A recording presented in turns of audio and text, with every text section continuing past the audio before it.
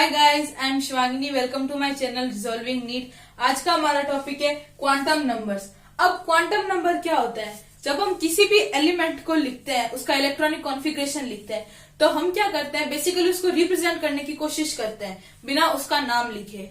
तो वो जो हम इलेक्ट्रॉनिक कॉन्फ़िगरेशन लिखते हैं उसको और अच्छे से कैसे डिफाइन कर सकते हैं, या वो सारा जो लिखने का तरीका है वो किस चीज पे बेस्ड है? वो बेस्ड है क्वांटम नंबर पे। जो भी हम लिखते हैं, फॉर एग्जाम्पल जैसे हम लिखते हैं 1s1, तो ये हमने किसको रिप्रेजेंट करा? हाइड्रोजन को। तो अब इसमें ये किससे मिलके बना है? इन क्वांटम नंबर से मिलके ये बना है। कैसे? अब क्वांटम नंबर भी पहले हम देखते हैं, चार तरीके के होते हैं। पहला प्रिंसिपल क्वांटम नंबर, जिसको हम n से रिप्रेजेंट करते हैं। दूसरा एजीमुथल क्वांटम नंबर, जिसको हम l से रिप्रेजेंट करते हैं। तीसरा मैग्नेटिक क्वांटम नंबर, जिसको हम m से रिप्रेजेंट करते हैं। और चौथा स्पिन क्वांटम नंबर। ये चार तरह के क्वांटम नंबर्स होते हैं। अब इस एग्जांपल से देखते हैं। अब इसमें जो 1 है, ये 1 क्या है? n है।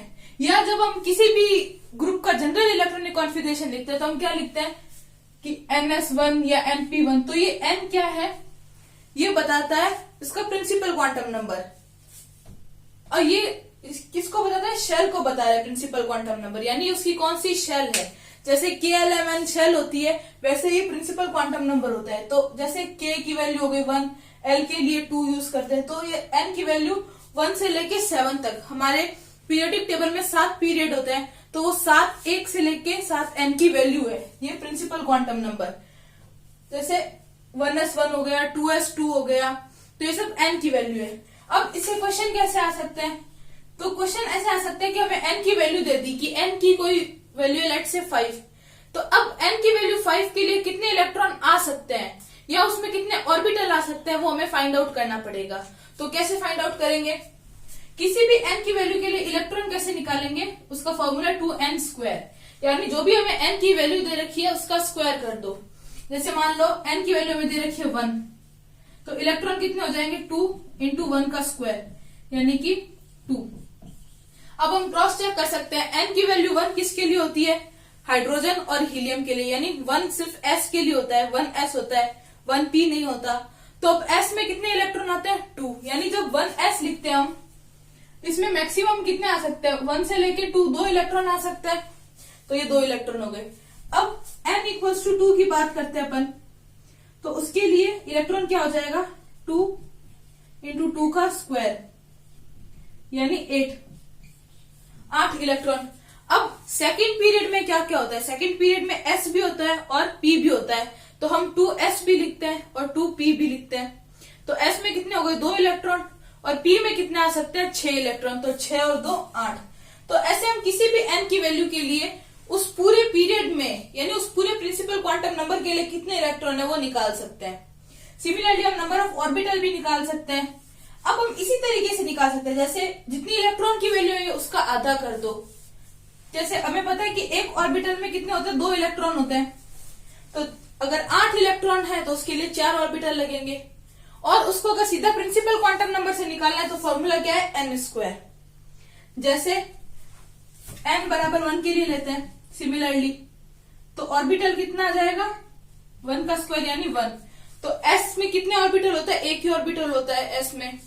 वैसे ही हम n की वैल्यू 2 लेके देखते हैं, तो 2 का स्क्वायर यानी 4। अब n की वैल्यू 2 के लिए 4 ऑर्बिटल। कैसे? एक ऑर्बिटल तो ये s का हो गया, और 3 ऑर्बिटल होते हैं p में, तो 1 और 3 4 ऑर्बिटल हो गए। और इलेक्ट्रॉन इनमें हो गए, हर ऑर्बिटल में 2 इलेक्ट्रॉन, तो 8 इलेक्ट्रॉन हो गए। तो ऐसे हम प्रिंसिपल क्वांटम नंबर से नंबर ऑफ ऑर्बिटल और नंबर ऑफ इलेक्ट्रॉन निकाल सकते हैं।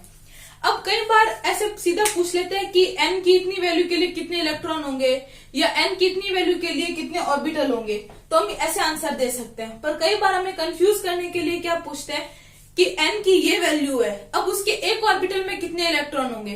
तो हमें ये ध्यान में रखना है कि n की वैल्यू जो भी हो, n की या l की, एक ऑर्बिटल में हमेशा 2 इलेक्ट्रॉन ही आएंगे। मैक्सिमम वैल्यू पूछेगा वो हमसे, तो 2 इलेक्ट्रॉन से ज्यादा नहीं आएंगे। तो ये प्रिंसिपल क्वांटम नंबर। अब आता है एजीमुथल क्वांटम नंबर। ये क्या डिनोट करता है? किसी भी एलिमेंट की सब शेल को, जैसे sp d f g h, ये सारी सब शेल को डिनोट करता है। इसको किससे रिप्रेजेंट करता है? एल से। अब इसकी वैल्यू 0 से स्टार्ट होती है और आगे सब शेल के हिसाब से चलती रहती है।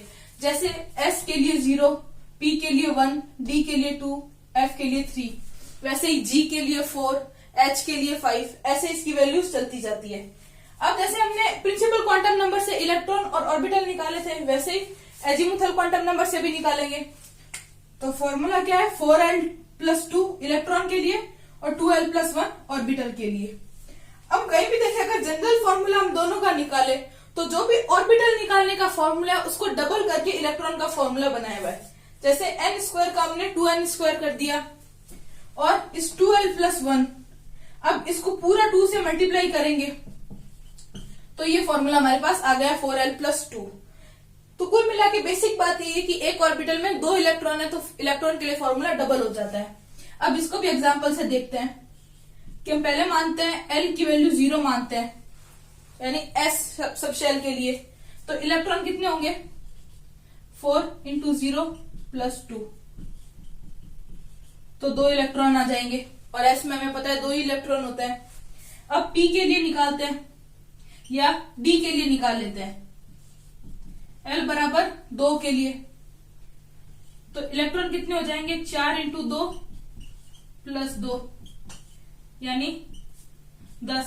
तो D में कितने होते हैं? 10 इलेक्ट्रॉन। ऐसे हम किसी भी L की कोई भी वैल्यू लेके इलेक्ट्रॉन निकाल सकते हैं। सिमिलरली हम ऑर्बिटल भी निकाल सकते हैं। ऑर्बिटल के लिए मान लो L की वैल्यू 1 ली हमने, तो ऑर्बिटल का क्या फॉर्मूला है? 2 × 1 + 1, तो कितने हो गए? 3। हमें पता है P में 3 ऑर्बिटल होते हैं, ये रहे।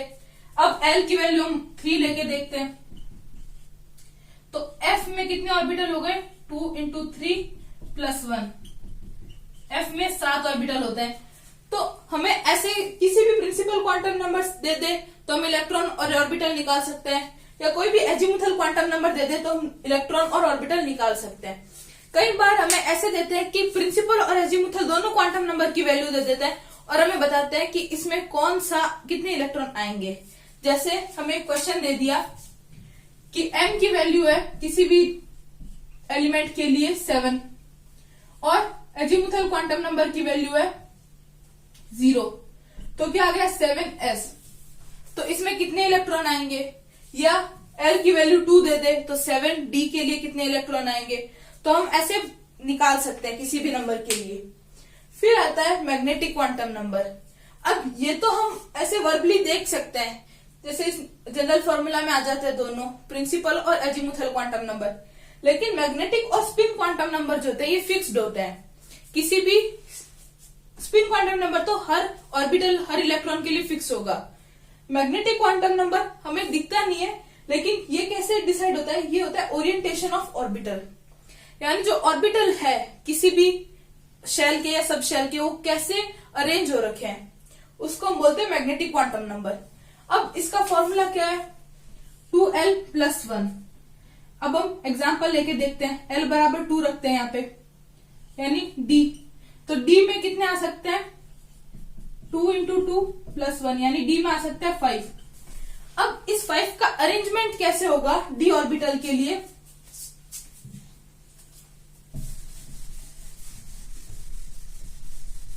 वो हम कैसे देखेंगे कि D में हमें रखना है 5 ऑर्बिटल का ओरिएंटेशन सेट करना है। तो वो कैसे होता है? ये 5 ऑर्बिटल, तो एक को रखते हैं -2, एक -1, एक 0, एक +1 और एक +2। ऐसे हम ऑर्बिटल्स को सेट करते हैं। वैसे ही जब हम P में रखेंगे तो क्या होगा? -1, 0 और +1।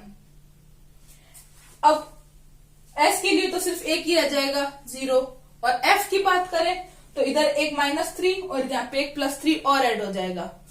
अब इसे सीधे क्वेश्चन नहीं आते, इसमें से ऐसे आता है कि हमें L की वैल्यू दे दी कि L की वैल्यू मान लो 1 है, तो उसके लिए -3 M की वैल्यू -3 पॉसिबल है क्या? तो हमें पता है कि अगर L की वैल्यू 1 है तो यानी 3 ही होंगे उसमें। P में 3 ही नंबर होंगे, -1, 0 और +1, तो -3 पॉसिबल नहीं है। तो हमें ऐसे ही क्वेश्चन इसमें से आएंगे। वैसे ही स्पिन क्वांटम नंबर। अब स्पिन क्वांटम नंबर क्या बताता है कि किसी भी ऑर्बिटल में इलेक्ट्रॉन कैसे अरेंज करे हुए, इलेक्ट्रॉन की ओरिएंटेशन। अब हमने यहाँ पे ऑर्बिटल देखे तो हम क्या कर रहे हैं, इसको थोड़ा बड़ा बना देते हैं। ये एक ऑर्बिटल है, इसमें एक इलेक्ट्रॉन को हम ऐसे रिप्रेजेंट कर रहे हैं और एक इलेक्ट्रॉन को हम ऐसे रिप्रेजेंट कर रहे हैं। तो एक इलेक्ट्रॉन ऊपर की तरफ मूव कर रहा है अकॉर्डिंग टू दिस सिंबल और एक इलेक्ट्रॉन नीचे की तरह। यानी जब इलेक्ट्रॉन रिवॉल्व करते हैं एक ही ऑर्बिटल में तो उनकी जो डायरेक्शन होती है वो अपोजिट होती है। तो उसको हम स्पिन क्वांटम नंबर से डिनोट करते हैं, यानी -12 और +12। तो माइनस और प्लस क्या बता रहे हैं कि उसकी ओरिएंटेशन बता रहे हैं कि एक इस डायरेक्शन में घूमेगा तो दूसरा इस डायरेक्शन में, यानी दोनों अपोजिट है। तो इन 4 क्वांटम नंबर की मदद से हम किसी भी एलिमेंट का जो पूरी केमिस्ट्री है वो पढ़ सकते हैं। अगर आपको हमारा वीडियो पसंद आया तो वीडियो को लाइक करें, चैनल को सब्सक्राइब करें। Thank you for watching. जय हिंद, जय भारत।